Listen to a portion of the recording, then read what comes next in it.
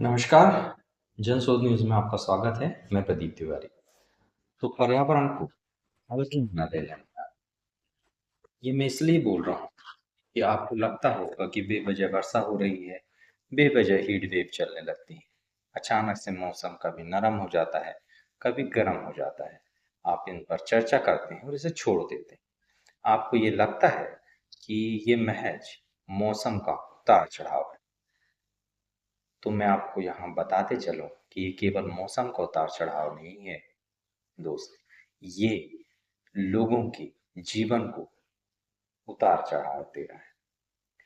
ये जीवन को इस तरीके से प्रभावित कर दे रहा है कि कुछ लोगों को खून के घूंट पीने पड़ रहे हैं। केवल अब मुद्दा बिगड़ते मौसम का असर किसानों पर नहीं पड़ रहा है। अब इसकी चपेट में एमएसएमई भी आने लगे हैं और शीघ्र ही अगर हम नहीं चेते तो इसका सीधा असर बड़े उद्योगों पर भी पड़ने लगेगा। हालांकि हमारा ये मानना है, अभी सरकारी डाटा और अन्य अन्य एजेंसियों से डाटा नहीं आ पा रहा है, शायद कहीं ना कहीं ये इफेक्ट करने भी लगा है। प्रोडक्शन पर तो इसका असर निश्चित रूप से हो रहा होगा। हालांकि हमारे पास में अभी कोई ऐसा सर्वे नहीं है, कोई ऐसा डाटा नहीं है, कोई ऐसा मैकेनिज्म नहीं है जिससे हम इसे माप सकें।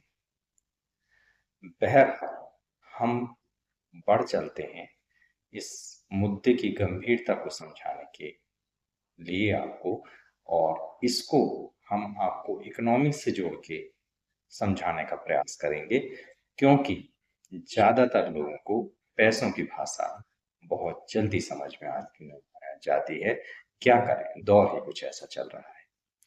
तो बात उसी दृष्टि से कर लेते हैं इस गंभीर मुद्दे को, ये जिस पर शायद जब हम साधारण तरीके से बात करते हैं तो उतना तवज्जो जा नहीं पाता है। चलिए आज उस एंगल से समझने का प्रयास करते हैं। आज इस विशेष रिपोर्ट में हम बात करें पर्यावरण संकट की, नौकरी की, एमएसएमई की और किसानों की हो रही लगातार नुकसान की। एक आंकड़ों के साथ सच्चाई बयां करती रिपोर्ट मध्य प्रदेश से लेकर पूरे भारत तक औसत और मौसम, पानी, खेती और अर्थव्यवस्था पर इसका सीधा सीधा असर हो रहा है। मध्य प्रदेश की अगर बात करें हम, तो इसके मौसम के पैटर्न को आप अगर समझेंगे तो 2023 और 25 के बीच मध्य प्रदेश में औसत 15 से 20 दिन असामान्य बारिश अप्रैल में और मार्च अप्रैल में आइडेंटिफाई की गई। ओलावृष्टि की घटनाएं अगर देखी जाए तो 30 से अधिक जिलों में ये दर्ज की गई। अगर 2024 के पॉइंट ऑफ व्यू से इसको देखा जाए, इससे पहले के सालों से अगर इसकी तुलना की जाए, तो अप्रैल में ही तापमान 45 डिग्री सेल्सियस तक बढ़ गया, जो कि मई और जून में जाकर इस स्तर पर आता था। अब आप कल्पना कर सकते हैं कि हम किस तेजी से पर्यावरण को विनाश की ओर ले जा रहे हैं, और जिसकी वजह से हम क्लाइमेट चेंज को भोगने के लिए आतुर। एक उदाहरण के आधार पर और एक अनुमान के आधार पर आपको बताते हैं कि एक सीजन में करीब 25 से 30 लाख हेक्टेयर फसल क्षेत्र प्रभावित। अब इसमें आप उसको जोड़ सकते हैं कि अगर किसी भी फसल को मानते हैं तो उसका आप इसमें गुणा कर सकते हैं पर हेक्टेयर प्रोडक्शन के हिसाब से। हालांकि उसको भी हम आगे जाके समझाने का प्रयास करते हैं।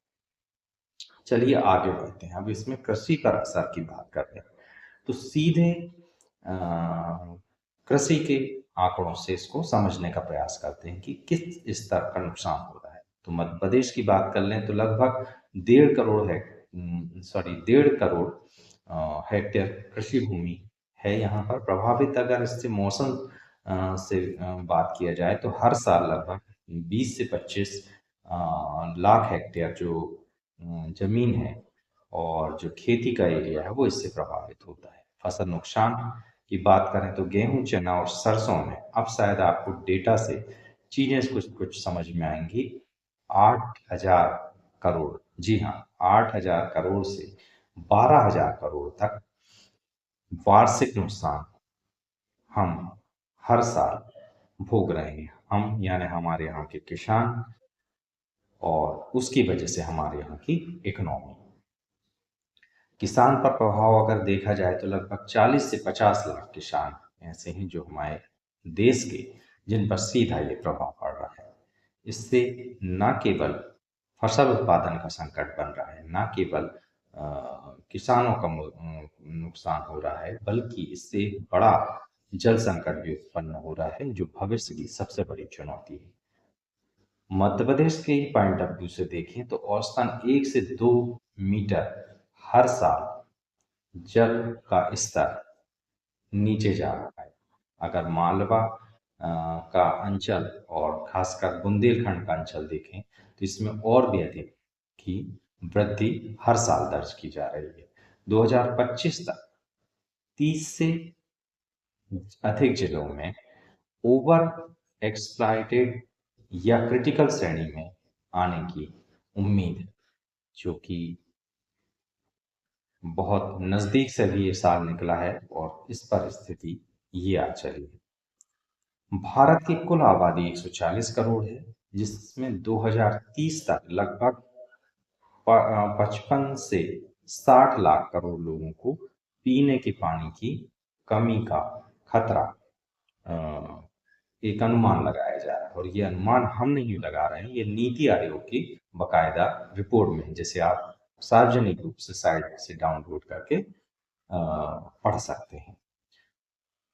तो 50 से 60 करोड़ लोगों को पीने की पानी की समस्या होने वाली है। अब आप सोच सकते हैं कितना बड़ा आंकड़ा है। अब इसमें पीने बनाम यानी जो पीने का पानी है उसकी उपलब्धता की बात करते हैं और उसकी मांग की बात करते हैं। तो मांग जो है ऑल ओवर वो 150 अरब टन घन मीटर की मांग है, और उपलब्धता अगर उसके हिसाब से देखें तो केवल 1100 अरब घन मीटर की जल की उपलब्धता है। यानी 400 अरब घन मीटर की पानी की कमी हम अभी महसूस करने वाले हैं। आने वाले समय में ये और भयावह होने वाला है। शहरी प्रदूषण की बात कर लें, जिसकी वजह से गर्मी भी वहां बढ़ रही है और प्रदूषण की वजह से नई नई बीमारियां भी वहां पर घर कर रही हैं। भोपाल, इंदौर जैसे शहर की बात कर लें तो पिछले 10 सालों में हरित क्षेत्र में 20 से 25% की कमी हुई है। तापमान की बात कर लें तो शहरों में लगभग ग्रामीण इलाकों से 2 से 3 डिग्री सेल्सियस ज़्यादा तापमान अनुभव किया जा रहा है। कारण वही है हरित आवरण के कम होने की वजह से।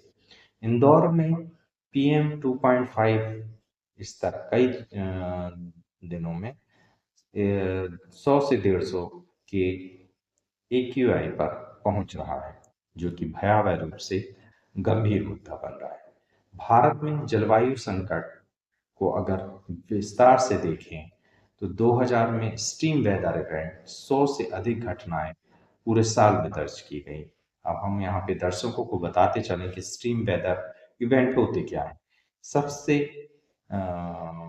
ज़्यादा बाढ़ की स्थिति बनना, सबसे ज़्यादा लू, गंभीर रूप से टेम्परेचर का बढ़ जाना, लपटें चलना और ओलावृष्टि हो जाना, मतलब वेदर का बहुत रौद्र रूप जिसे कहेंगे, तूफान आना, सुनामी आ जाना, इस तरीके की जो घटनाएं हैं वो 100 से अधिक साल भर में 2000 में रिपोर्ट की गई हैं। 2024 से 25 में 800 से प्लस ये घटनाएं रिकॉर्ड की गई हैं। आप सोच सकते हैं केवल 24 सालों में कितनी बढ़ गई। यानी अब हर दिन औसत 2 से 3 बड़ी घटनाएं हो रही हैं। अब आप सोच सकते हैं कि अब किस और बढ़ रहे हैं। तापमान की ही बात कर लें तो 2024 में भारत का तापमान औसत 0.7% डिग्री लगातार बढ़ रहा है। पिछले 10 साल में 2025 सबसे गर्म साल अभी ये गुजरा है। अब ये केवल मौसम और एनवायरनमेंट का मुद्दा नहीं रह गया है। अब ये एमएसएमई और अर्थव्यवस्था का भी एक बड़ा मुद्दा बन गया है। भारत में एमएसएमई लगभग 6.3 करोड़ यूनिट संचालित हैं। रोजगार जो ये पूरा क्षेत्र देता है, अलग अलग मुद्दों पर लेबर से लगाकर मैनेजमेंट बात करें तो 11 करोड़ लोगों को यह रोजगार सीधे तौर पर देता है। मगर पर्यावरण के असर की वजह से इसकी उत्पादन की जो क्षमता है वो लगातार कम हो रही है। औसत 50 से 5 लाख प्रति यूनिट अतिरिक्त खर्च उसमें ऊर्जा और पानी को लेकर करना पड़ रहा है, मैनेजमेंट को लेकर करना पड़ रहा है, जिसकी वजह से आर्थिक नुकसान इन एमएसएमई सेक्टर को भोगने पड़ रहा है। भारत को हर साल लगभग 4 लाख करोड़ से लेकर 6 लाख करोड़ का नुकसान क्लाइमेट चेंज की वजह से हो रहा है। अब शायद आप कुछ समझ पा रहे होंगे कि क्लाइमेट चेंज क्यों इतना बड़ा मुद्दा है और क्यों हम अक्सर इसकी बातें करते हैं। खाद्य और जल संकट की बात करें जो क्लाइमेट चेंज की वजह से उत्पन्न हो रही, तो भारत में कुल खाद्य उत्पादन 3300 लाख टन हो रहा है। मगर क्लाइमेट इम्पैक्ट की वजह से उसकी संभावित नुकसान की जो आशंका है 200 से 300 लाख टन उत्पादन सीधे तौर पर घट सकता है। इसका असर सीधे कीमतों पर पड़ने वाला है। गरीब और मध्यम वर्ग पर सीधा प्रभाव इस पर पड़ने वाला है। समस्याएं तो इसमें बहुत हो चली, मगर क्या इसके कोई समाधान भी है? तो मुख्य रूप से आपको जल प्रबंधन पर ध्यान देना पड़ेगा। हर गांव में 10 से 20 जल संरचनाएं, एक गांव 100 लाख लीटर पानी स्टोरेज क्षमता बढ़ाए, इस पर ध्यान करना पड़ेगा। सोलर एनर्जी पर काम करना पड़ेगा। एक एमएसएमई यूनिट सोलर यूनिट अपनाए, जिससे 1-2 लाख रुपए का सालाना लाभ उसको होगा, जिससे उसकी अ, आर्थिक बोझ कम हो सकेगा। वृक्षारोपण की बात करें तो एक पेड़ साल में 20 से 25 किलो CO2 अवशोषित करता है, यानी कार्बन डाइऑक्साइड अवशोषित करता है। अगर 1 करोड़ पेड़ लगाए जाते हैं तो 20 से 25 लाख टन CO2 वो एब्जॉर्ब कर सकता है। ये गणित को समझने की आवश्यकता है, इस पर गंभीरता से काम करने की आवश्यकता है। भारत आज भी इस संकट में आपदा को अवसर में बदल सकता है। रिन्यूएबल एनर्जी की कैपेसिटी बढ़ा सकता है, 180 प्लस गीगा वाट बढ़ा सकता है। इसका जो लक्ष्य 2030 तक है उसे 500 गीगा वाट तक लेके जा सकता है। ये भारत में दम है। भारत इसकी वजह से एक ग्लोबल एनर्जी इकोनॉमी बन सकता है। मगर बात वही कि क्या इस ओर भारत का ध्यान है और इस पर वह अमल करता है। तो तस्वीर साफ है। मध्य प्रदेश में लाखों हेक्टेयर फसल प्रभावित हुई है।